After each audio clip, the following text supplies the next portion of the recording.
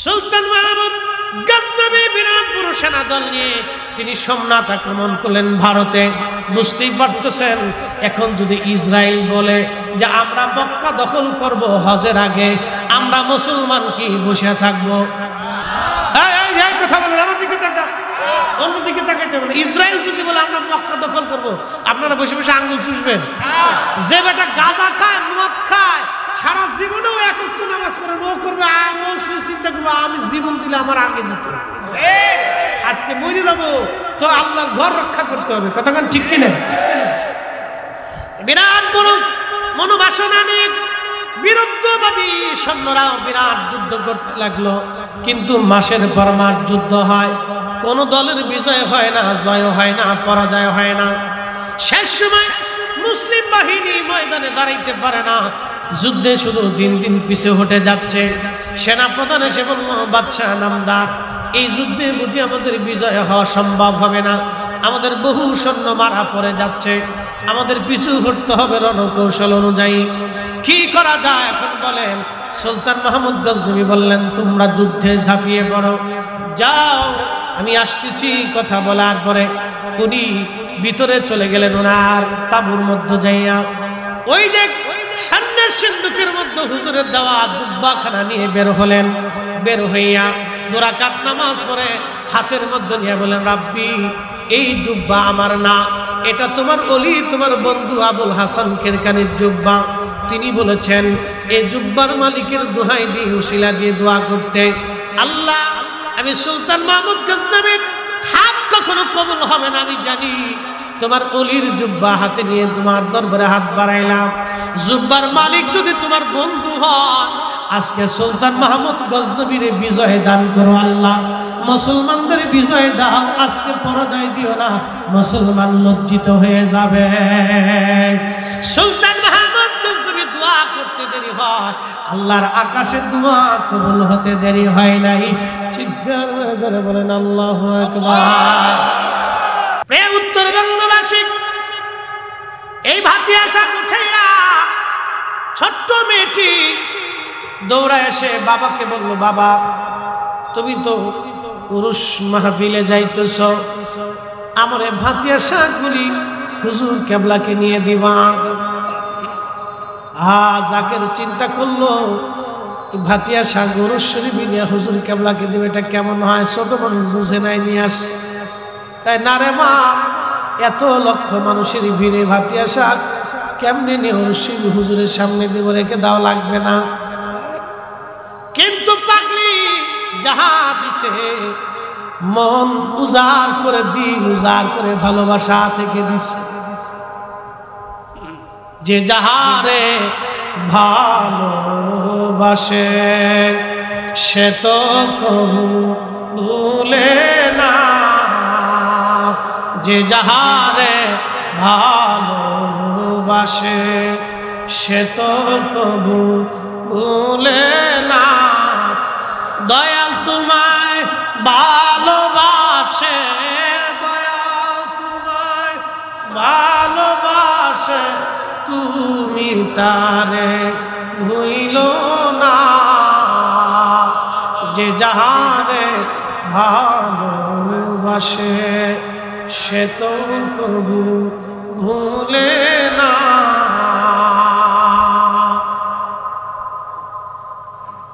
আল্লাহর ওলির বাড়ি চলে আসছে, পাগলি ভাতিয়া শাকগুলি ব্যাগের পকেটের ভিতরে লুকায় রেখে দিছে। বাবা জানে না মেয়েটা ব্যাগের পকেটের মধ্যে ভাতিয়া শাকগুলি লুকায় রাখছে। ব্যাগ নিয়ে পুরুষ শরীফে এনায়েতপুরে চলে আসছে পাগল। কিন্তু ছোট্ট মেয়েটা তো অনেক দূরে রাস্তা আসতে পারে নাই। আল্লাহ ওলির সামনে কিছু ব্রিটিশ আমল, তখন তো পয়সা ছিল, কিছু পয়সা করে নিয়ে হাতে নিয়ে বলল, হুজুর পুরুষ শরীফের কিছু নজরানা আনছি, দয়া করে আপনি গোলাম, এই গোলামের কাছ থেকে কবুল করে নেন। খাজা বাবা এনায়েতপুরী রাহমাতুল্লাহ আলাইহি বললেন, বাবারে আজকে পয়সা দিছো, আমার পাগলি ভাতিয়া শাক দিছিল, ভাতিয়া শাক কোথায়? জাকাত চোখের পানি ছেড়ে দিয়ে বলে, হুজুর আমার ছোট্ট মেয়েটি ওই জমিন থেকে ভাতিয়া শাক এনে আমাকে দেওয়ার জন্য, আপনাকে পৌঁছানোর জন্য অনুরোধ করেছিল। আমি ছোট্ট মানুষের বিষয়টাকে নগণ্য মনে করে রেখে আসি।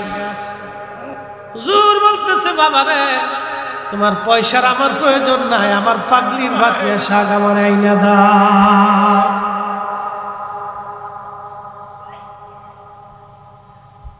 উনি কাঁদে আর বলে, হুজুর আমি তো রেখে আসছি, পাগল রে তারাইছিলাম, আল্লাহর ওলির রাডারে ধরা পড়ে গেছে।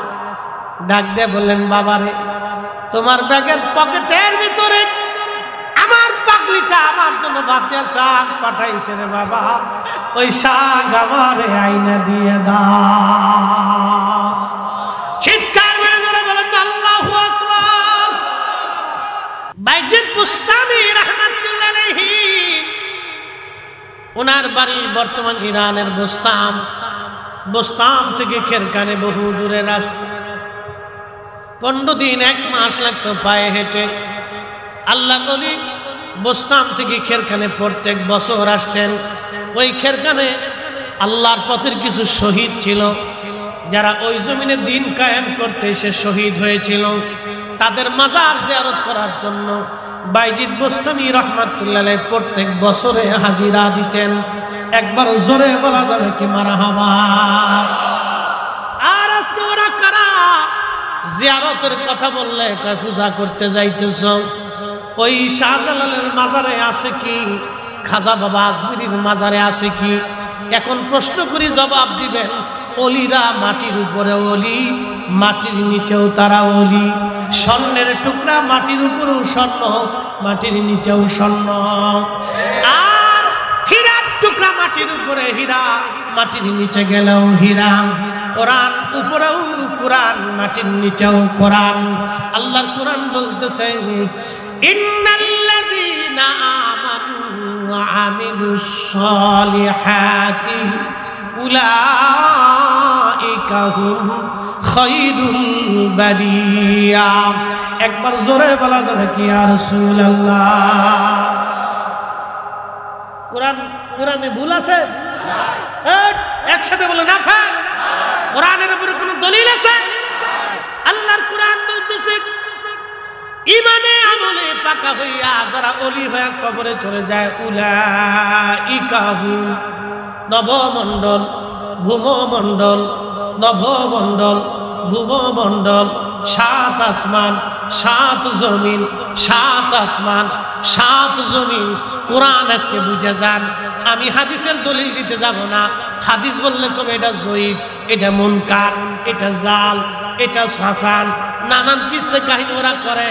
এই খালি খুশাখুশি তালাতালি করে, একবারে ডাইরেক্ট কোরআন শরীফ থেকে আজকে মেরে দিয়ে যাচ্ছি। আল্লাহর জবানে মালিক বলতেছে, উলাইকা হুম খায়রুল বারিয়া, জগতের মধ্যে তারা সেরা। 7 আসমান 7 জমিনের মধ্যে যাহা কিছু আছে, কোটি কোটি আল্লাহর সৃষ্টি আছে, জিন আর মানব, ফেরেশতা আর দানব। আল্লাহর মহা সৃষ্টির ভিতরে বিজ্ঞানের গবেষণা অনুযায়ী 4 লক্ষ প্রজাতির জীব আর জীবন আছে। বিজ্ঞানের গবেষণার বাহিরে আরো কোটি কোটি জীব আর জীবন আছে। আল্লাহ বলতেছেন, উলাইকা হুম খায়রুল বারিয়া। আল্লাহু আকবার। নারা একসাথে বলেন আল্লাহু আকবার। ভবমণ্ডল নভমণ্ডল, 7 আসমান 7 জমিনের ভিতরে যাহা আছে, সব কিছুর মধ্যে তারা শ্রেষ্ঠ, তারা সেরা। খাজা বাবা আজমিরি সেরা, দাতাগঞ্জ যুবক সেরা, বাবা শাহজালাল ইয়ামানি সেরা, 360 আউলিয়া সেরা, হুজুর গাউসে পাক সেরা, খাজা বাহাউদ্দিন নাজমুল বুখারী সেরা, মুজাদ্দিদ আল ফিসানি সেরা, শাহ আব্দুল হক মুহাদ্দিস দেহলভী সেরা, শাহ ওয়ালিউল্লাহ মুহাদ্দিস দেহলভী সেরা, ফাতে আলী রাসূলি নামাজ সেরা, সৈয়দ ওয়াজিদ আলী রাহিমাহুল্লাহ সেরা, খাজা বাবা এনায়েতপুরী সেরা, উনার খলিফারা সেরা, আলা হযরত সেরা, যত ওলিরা ছিলেন সবাই সেরা। কি কথা কন না কেন? আমাদের ভাষায় না আল্লাহর ভাষায়? না না, একসাথে বলেন আমাদের না আল্লাহ। আমার ভাষায় না আল্লাহর বাসায়, আমাদের বাসায় না আল্লাহর বাসায়। আবু বকর সিদ্দিক ফুরফুরা আমি সেরা, কথা কন না কেন?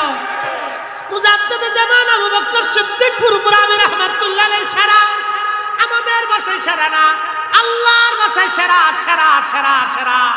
তারা ছিলেন সেরা, শ্রেষ্ঠত্ব নিয়েছিলেন। আল্লাহ বলতেছেন জাযাউহুম ইনদা রাব্বিহিম জান্নাতু আদনিন তাজরি মিন তাহতিহাল আনহারু খালিদিনা ফিহা আবাদা। আমি তাদের জন্য এমন একটা জান্নাত বানাইলাম, এজন্য ওলিরা ইন্তেকালের পরে তাদের কবর জান্নাত হয়ে যায়। একসাথে জোরে বলেন না মারহাবা।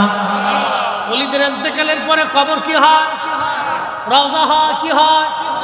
রওজা মানে বাগান, বেহেশতের বাগান। আমি বলছি না, আল্লাহ বলছেন জাযাউহুম ইনদা রাব্বিহিম জান্নাতু আদনিন তাজরি মিন তাহতিহাল আনহার। আমাদের অনেক সময় অনেক ওলিদের মাজারে আমরা বলি রওজা, অনেকের শরীরে চুলকায়। আবার আমার দেশের একদল আছে বুকে হাত বেঁধে নামাজ পড়ে। ওই চাপাপ নবাবগঞ্জের এক বেয়াদব মাঝে মধ্যে বলে নবীর কবরকে কবর বলতে হবে, রওজা বলা হারাম। এগুলি হলো ইহুদিদের দালাল। এই খাতুটা করে বলেন ঠিক কিনা? আগুন থেকে যে এরকম দূরে থাকেন আপনারা, এইগুলি থেকে আপনাদের দূরে থাকা লাগবে। ওরা এক বাক্যে ঈমান ধ্বংস হয়ে যাবে। ঈমান নষ্ট হওয়ার জন্য বেশি কথা লাগে না, একটা কথাই যথেষ্ট। আল্লাহ বললেন আমি তাদের জন্য একটা জান্নাত বানাই যার নিচ দিয়া নহর সমূহ প্রবাহিত হয়ে যায়। আর এই জান্নাতে চিরদিন তারা জান্নাতের মধ্যে থাকবে। যদি বুঝে বাকি হয় তাহলে আরো কোরআন থেকে বলি।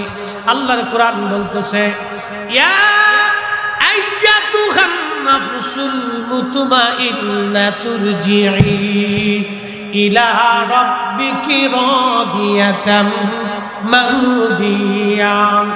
হে নফসে মুতমাইন্না, নফসে মুতমাইন্না কি? যে মানুষ ঠকাও নাই, মিথ্যা বলো নাই, খারাপ কাজে নিজেকে নিয়োজিত করো নাই, অন্যের হকগুলি মারো নাই, আর তুমি খুন খারাপি করো নাই। হে নফসে মুতমাইন্না, তোমার অন্তরে কোনো অহংকার নাই, অহমিকা নাই, হিংসা নাই, বিদ্বেষ নাই। একবারে কুরিপুগুলি কাম, ক্রোধ, লোভ, মোহ, ক্রিয়া, হিংসা, ক্রিয়া, কামনা, বাসনা সব খারাপ দিক থেকে তোমার দিল থেকে ফ্রেশ বানাইয়া তুমি আমি মালিক রে সন্তুষ্ট করে আমার দিকে আসতে তো ইরজিই ইলা রাব্বিকি রাদিয়াতাম মারদিয়া। তুমি আমার সন্তুষ্টির দিকে আসো, আমি আল্লাহ তোমার উপরে খুশি। ফাদখুলি ফি ইবাদি ওয়াদখুলি জান্নাতি। আল্লাহর কোরআন বলতেছে আমার ইবাদত গুজার বান্দাগা যে জান্নাতের মধ্যে থাকে সেই জান্নাতে চলে আসো। আল্লাহর ওলিরা ইন্তেকালের পর তাদের কবর আল্লাহ রওজা বানায় দেয়। আমার নবীর গোলামি করার জন্য যদি নবীর গোলামের কবর রওজা হয়ে যেতে পারে, আমার নবীর রওজাকে যারা রওজা মানতে চায় না ওরাই হলো জমিনের হারামজাদা। খারাপ বেশি ভাই? হয় কোরআন মানো, না হয় অন্যদিকে আসো। আর নাই কোরআনের বিপরীত আর একটা আয়াত দিয়ে আমার বুঝাই দিয়ে যাও। কি কথা কন না কেন? বাকি ঝুঁকি নেই। আল্লাহর জবান পৃথিবী পুড়ে যাবে, সাগর শুকাবে, তো কোরআন কখনো মিথ্যা হবে না। আল্লাহ কত চমৎকার বলতেছে ফাদখুলি ফি ইবাদি ওয়াদখুলি জান্নাতি। এই ওলিরা যখন মারা যায় তখন আকাশ কাঁপতে থাকে। আহা, এই আয়াতের তাফসীরের ভিতরে আসছে জমিন কাঁদে, পশুরা কাঁদে, পাখিরা কাঁদে, আহা নদীর মাছ, সমুদ্রের মাছেরা কাঁদে আর বলে আল্লাহ আমাদের ভিতর থেকে তুমি তোমার একজন বন্ধুকে নিয়ে চলে গেল।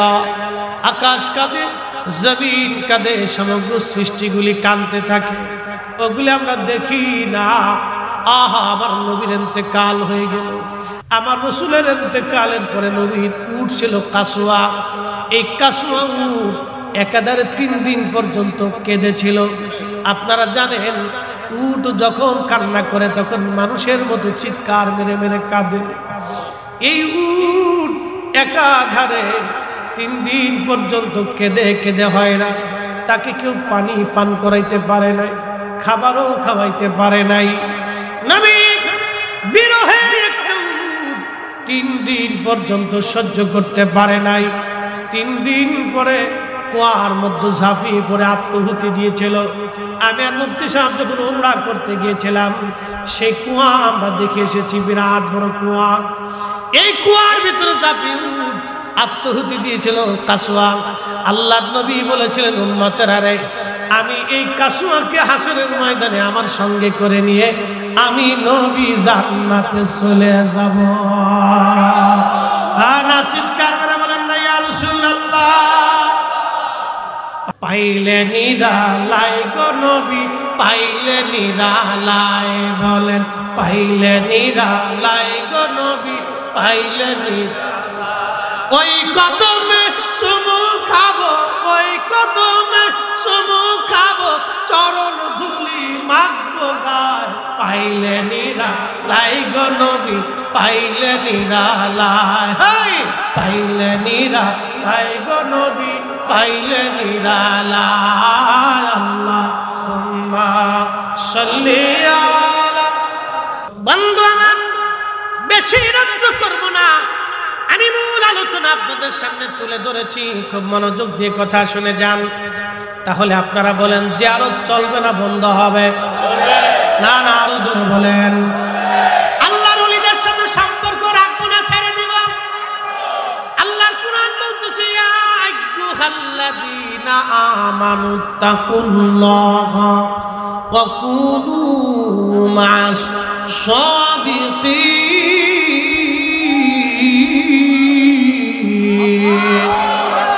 এই বান্দা, আমি আল্লাহকে ভয় করো। বলেন তো ভয় করার জন্য নামাজ দরকার আছে না নাই? ভয় করার প্রথম সবকের নাম হলো সালাত, নামাজ। নামাজ নামাজ তরিকতের প্রথম সবক কিন্তু নামাজ। নামাজ নামাজ নামাজ। আল্লাহকে সেজদা দিতে হবে, সেজদায় পড়ে আল্লাহর সাথে এই আশেকের বাক্য বিনিময় হবে। নামাজে দাঁড়াইয়া এই আশেক আল্লাহর সাথে কথা বলবে। আলহামদুলিল্লাহি রাব্বিল আলামিন, সমস্ত প্রশংসা সেই রবের জন্য যিনি সমস্ত জগৎ সমূহের রব। আর রহমানির রহিম, যিনি দয়ালু দয়াময়। মালিকি ইয়াউমিদ্দিন, যিনি বিচার দিনের মালিক। ইয়াকা না'বুদু ওয়া ইয়াকা নাস্তাঈন, আমরা তো তোমারই ইবাদত করি হে রব, তোমারই সাহায্য কামনা করি। ইহদিনাস সিরাতাল মুস্তাকিম, সিরাতাল্লাযীনা আন'আমতা আলাইহিম, চালাও সে পথে যে পথে তোমার প্রিয়জন গেছেন চলি, যে পথে তোমার ওলিরা চলে গেছে, এই পথে ইহদিনাস সিরাতাল মুস্তাকিম। খাজা বাবা আজমিরির রাস্তা, হযরতে হুজুর গাউসে পাকের রাস্তা, হযরতে খাজা বাহাউদ্দিন নকশবন্দ বুখারীর রাস্তা, হযরতে মুজাদ্দিদ আল ফিসানির দেখানো পথ, শাহজালাল ইয়ামানি মুজাররিদি দেওয়ার রাস্তা, এটাই হলো ইহদিনাস সিরাতাল মুস্তাকিম। নতুন করে কেউ যদি আবার বানায় আনতে চাও, আমরা কখনোই মানব না, মানব না। কথা বলেন ঠিক কিনা? দাদা ঠিক আছে? দাদা বয়স কত? এই 85 বছর বয়স আপনি বাইসে দিচ্ছেন, মরেন নাই। আল্লাহু আকবার। তো সামনের কাতারে বসে গেছে বুড়া আর গরের বুড়া, কি তেজা বুড়া, সুবহানাল্লাহ জোরে কর, আল্লাহু আকবার। এক লোক এই হজে যাবে, তা আমি 30 তারিখ বা 1 তারিখে ফ্লাইট, আমার হজের দোয়া করি। তো এই হজে যাবে, তো ছেলেদেরকে বলতেছে বাবারা আমি তো বুড়া সোড়া হয়ে গেছি গা, তা আমার একটু হজের, আগে তো হাইটে যাওয়া না, তো হজের কাফেলা বাংলাদেশ থেকে ধরেন যারা যাবে, তো এই কাফেলার সাথে আমার মিট করাই দেয়। তো ছেলেরা আসলে দেখলো আব্বা এত বছর পরিশ্রম করছে, সংসারে এত ঝামেলা পয়সা, তো আব্বারে এই গাধা ঘোড়ার বিপরীত সরাইয়া মাল সামলা দিয়ে কাফেলার সাথে বেঁধেছেন, দিয়ে দিছে। তো যেতে যেতে যেতে যেতে বহু দূরে এক কারিয়া গ্রামের পাশে যাওয়ার সময় দেখে গ্রামের রাস্তার পাশে এক বুড়া সুন্দরী পাকা, তো বসে বসে কাঁদতেছে। তো জিজ্ঞেস করলো বুড়া ভাই, বুড়া করলে তুমি কাঁদতেছো কারণটা কি? ছেলেগুলার কি খাবার টাবার দেয় নাই, মন খারাপ, কি হয়েছে? না ভাই কোনো কিছুই না, আমার বাপে আমার ধরে ফিরেছে। তুমি যে বুড়ার বুড়া, তার বাবু আছে, সে আবার ফিরেইতেও পারে।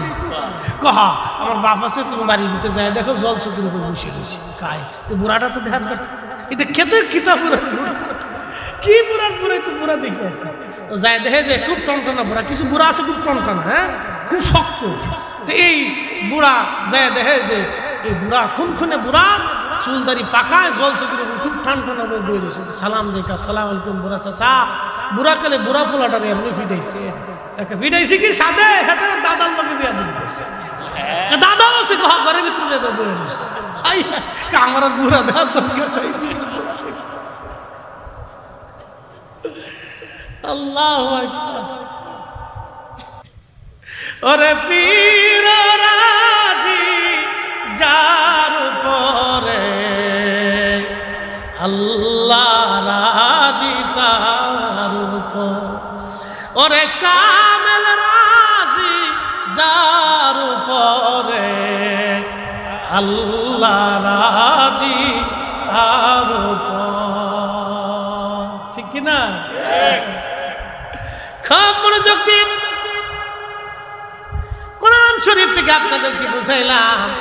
বাইজিদ বুস্তামির কথায় আমি চলে যাই। খেরখানে যাইয়া বাইজিদ বুস্তামি রহমাতুল্লাহ আলাইহি বাতাসের টানে টানে, নিঃশ্বাসে নিঃশ্বাসে আল্লাহ ওলি জোরে জোরে নিঃশ্বাস টানতে লাগলেন। মুরিদিন জিজ্ঞেস করল, হুজুর এত জোরে জোরে নিঃশ্বাস টানেন, বিষয়টা তো বুঝলাম না গো আল্লাহর ওলি, কেন? বাইজিদ বুস্তামি ডাক দিয়ে বলেন, বাবার আরে আমার ইন্তেকালের পরে বহু বছর, আমার দিকে তাকান, হাকিকতের কথা, বেদের কথা, এই রহস্য আল্লাহ আউলিয়া একরাম ছাড়া অন্য কোথাও নাই। আমরা মাদ্রাসায় পড়েছি, পড়াই, এটা কোরআন হাদিসের দর্স আমরা দেই, সহিহ বুখারী, সিহা সিত্তা, তাফসীর, ফিকহ, এগুলি দর্স মাদ্রাসাতে হবে। কিন্তু আধ্যাত্মিক রূহের ক্ষমতা, আধ্যাত্মিক পাওয়ার, এই বিদ্যা, ইলমে তাসাউফ মারিফতের বিদ্যা পেতে হলে আল্লাহর ওলির কদম ছাড়া আর কোথাও নেই।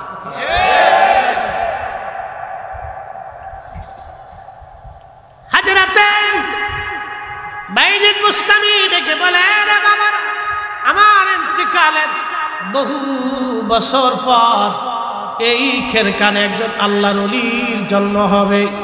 তার পবিত্র সুঘ্রাণ আমি বাতাসের মধ্যে আমার নাকে ভেসে আসতেছে। একবার জোরে বলা যাবে আল্লাহু আকবার। মুর্শিদের চরণ বিহনে এ জীবন মিশে। ওরে আল্লাহ নবীর গভীর তত্ত্ব, ওরে আল্লাহ নবীর গভীর তত্ত্ব কামেলের কাছে,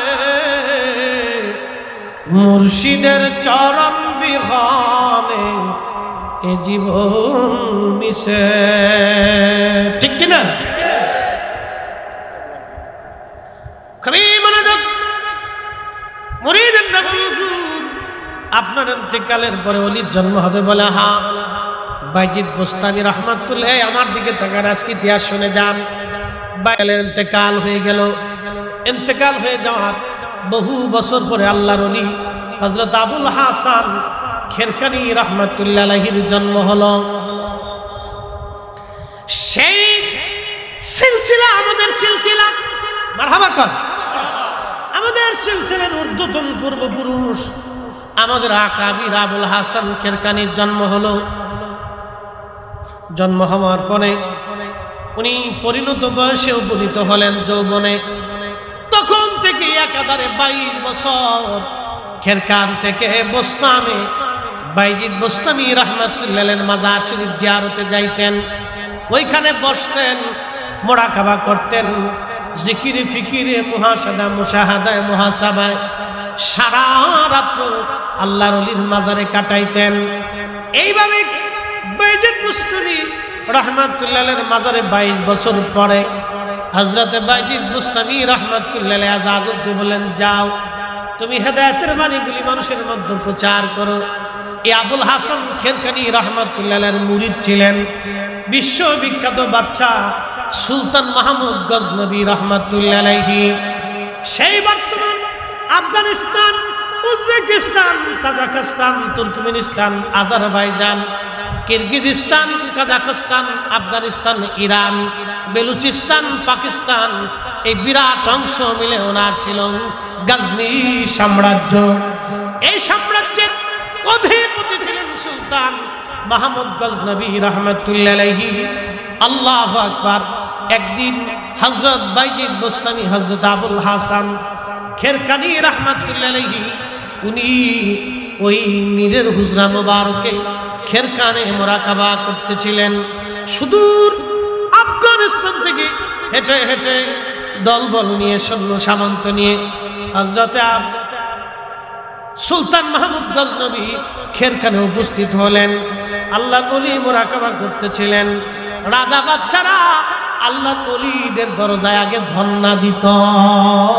কি কথা কর না কেন? খেরকানে যাওয়ার পরে হুজুর তো মুরাকাবা বহু সময়, এত বড় সাম্রাজ্যের বাদশা বসে আছে কিন্তু কথা বলার সাহস পায় না। আল্লাহু আকবার। না না, হয় না, জোরে বলে। আল্লাহর বাংলাদেশ, শহীদ গাজী বাংলাদেশ, রহম করো আল্লাহ, রহম করো আল্লাহ। অসুবিধা লাগতেছে? দুই একজন লারা সারা দিতেছে, মুতি ধরে গেছে নাকি? হ্যাঁ হ্যাঁ, ওটা হবে হবে, এই তো সময় হয়ে গেছে। একটু কথাটা শেষ করে দিয়েছি, নাহলে বুঝবেন না দেশে ইসলাম কেমনি আসে। ওরা তো মনে করে ওরা একবারে বিরাট কিছু করে ফেলছে। মনোযোগ দিয়ে শুনিয়া যান। দীর্ঘ সময় বসে আছে সুলতান মাহমুদ গজনবী, কিন্তু কিছুই বলা সাহস করে না। হুজুর মুরাকাবায় যদি বেয়াদবি হয়, খাদেম পিছন দিক থেকে পাখা দিয়ে বাতাস দিচ্ছেন। সুলতান মাহমুদ খাদেমকে বললেন, হুজুরকে একটু দয়া করে আমার কথাটা বলেন না। খাদেম চিন্তা করলো, এত বড় বাচ্চা বহু সময় ধরে বসে আছে। আস্তে করে হুজুরের চুলের গোড়ায়, মাথার চুল মোবারকের গোড়ার ভিতরে আস্তে করে ধরে একটু টান দিলেন। টান দেওয়ার পরে ওনার মুরাকাবা ভেঙে যায়। বললেন, বেটা কি জন্য আমার মুরাকাবা ভাঙলা? বলে, হুজুর গজনি সাম্রাজ্যের সুলতান মাহমুদ গজনবী আপনার কদমে আসছে দুয়ার ভিখারি হয়ে। আল্লাহর ওলি ধমক দিয়ে বলেন, বের হয়ে চলে যেতে পা। বাদশা আমার কাছে আসছে কি জন্য? চলে যেতে পা। ওর কাছে আমার কিচ্ছু দরকার নেই, যেতে কা, যা চলে যা। আসছিস কেন? হ্যাঁ চলে যা, চলে যা। বাদশা আমার কাছে কি জন্য? যা, তোর কাছে আমার কোনো প্রয়োজন। একসাথে বলবেন আল্লাহু আকবার। ওলিরা কার মুখে বলছে? না না, আরো জোরে বলুন, জোরে বলুন। চেয়ারম্যান সাহেব বসা, ওটা চেয়ারম্যানের ভিতরে পাবলিকের সিল লাগছে। আর ওলিরা ওলি হওয়ার জন্য আল্লাহর সিল লাগছে, রাসূল কারীমের সিল লাগছে। কথা কন না, ঠিক কিনা? আল্লাহর নবী যারা সিল দিছে ওলি হয়ে গেছে। কথা কন, ঠিক কিনা? হ্যাঁ, বুঝে যাবে। ও রাসূলের ইজ্জতে সাদুদ্দিনে চাই না। বিশ্ববিখ্যাত মৌলবী শাইখে মাদানী।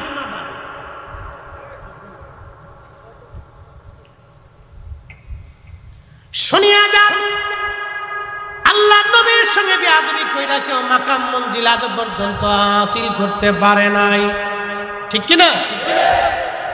হযরতে আবুল হাসান খেরকানি ধমক দিলেন।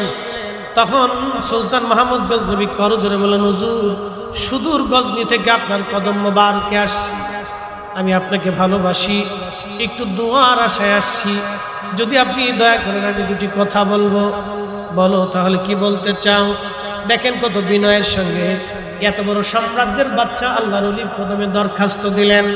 ঠিক এমন সময় সুলতান মাহমুদ গজনবী রাহমাতুল্লাহ আলাইহি বলতেছে, হুজুর আমি হিন্দুস্তানের সোমনাথ মন্দির আক্রমণ করতে চাই, আপনার এজাজতের জন্য আসছি।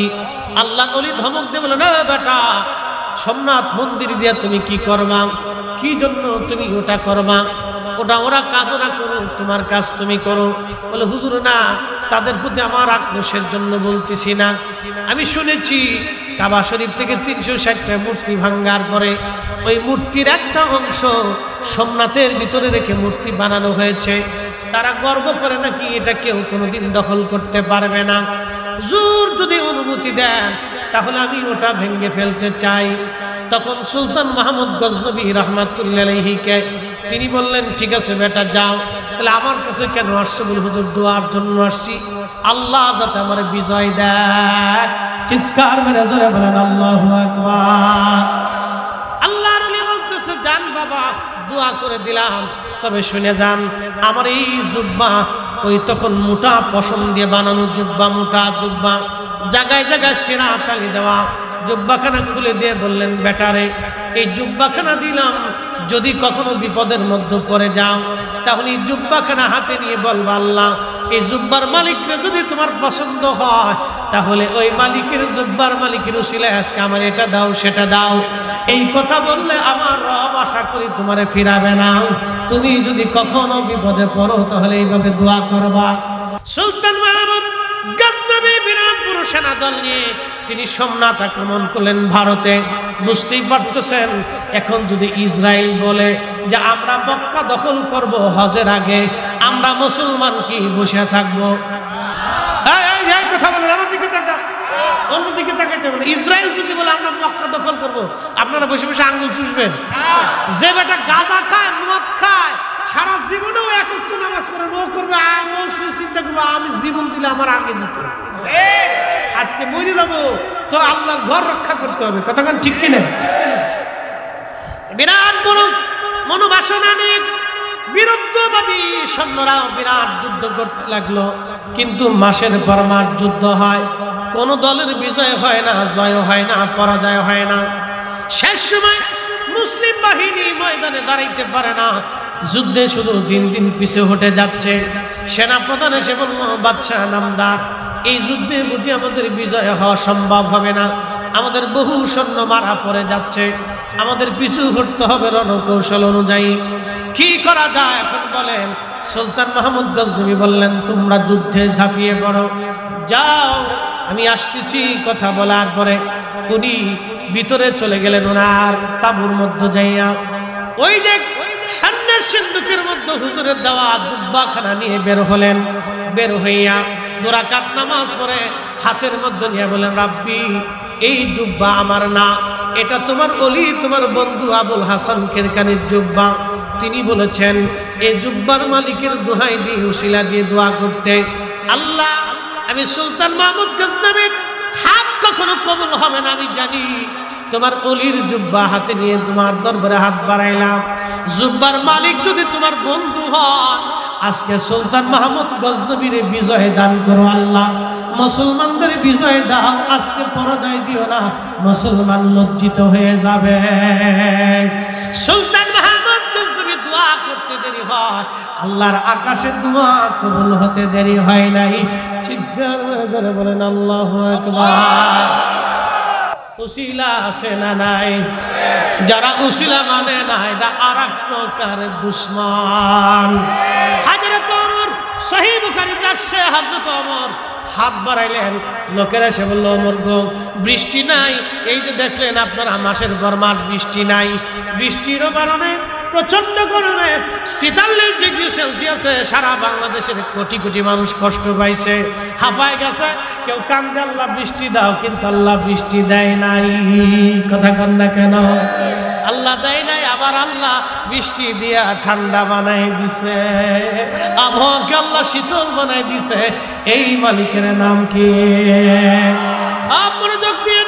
হযরতে আবুল হাসান হযরত ওমর রাদিয়াল্লাহু আনহুর কাছে সে বলল, আমিরুল মুমিনিন বৃষ্টি নাই, বৃষ্টির বড় দরকার। হযরত ওমর হাত বাড়াই দিয়ে বলেন, ইয়া রাব্বি, আল্লাহ আগে তোমার নবীর উসিলা ধরে দোয়া করতাম, ওয়া ইন্না কুন্না নাতাওয়াসসালু বিআবদিন নাবিয়িনা, আজকে তোমার নবীর চাচা হযরত আব্বাসের উসিলা ধরলাম। আল্লাহ তোমার নবীর চাচা হযরত ওমর দোয়া করে, আল্লাহু আকবার। কে দোয়া করে? কে? কথা কন না, কে? ওমরের দাম কত? ওমর রাদিয়াল্লাহু আনহু জুতা এক পাল্লা দিল, আর আমরা সবাই আর এক পাল্লা দিল না, জুতার ওজন সমান হবে? উনি দোয়া করতেছে নবীজির চাচার উসিলা ধরিয়া। আর আজকে আমার দেশের কত বড় শেখ সাহেব, নায়ক সাহেব উসিলা মানতেছে না, সাইকেল না দানি। ওরে বাপ রে বাপ, বুজুর্গানে আলাইহিস সালাম শয়তানের খালাতো ভাই।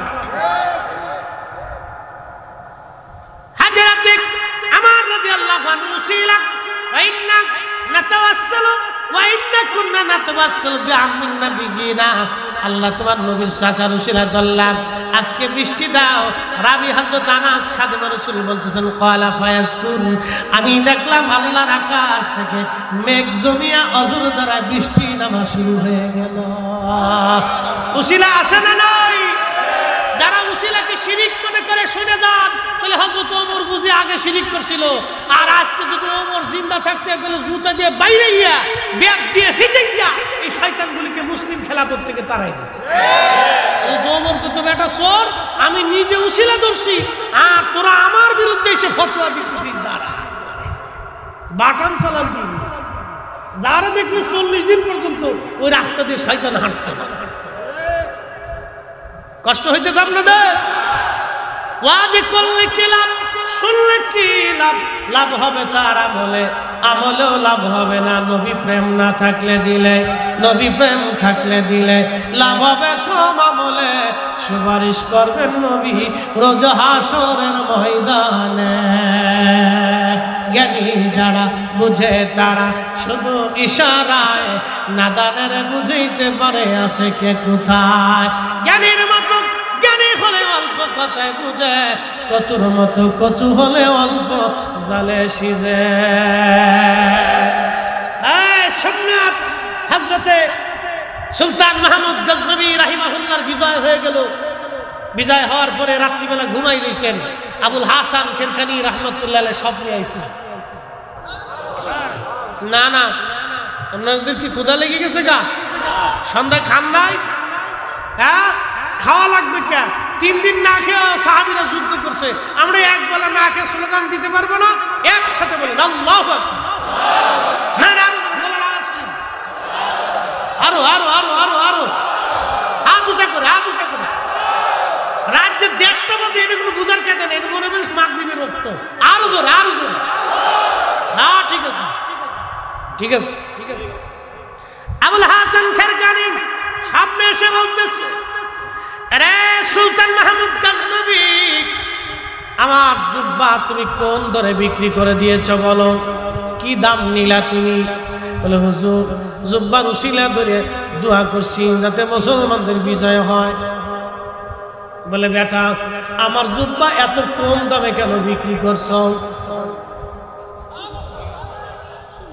ওরে প্রেমের খেলা এশিকের গুমেলা, প্রেমের খেলা এশিকের গুমেলা, সবাই বুঝে না আশিকার মাশূকের প্রেমের এই তো নিশানা।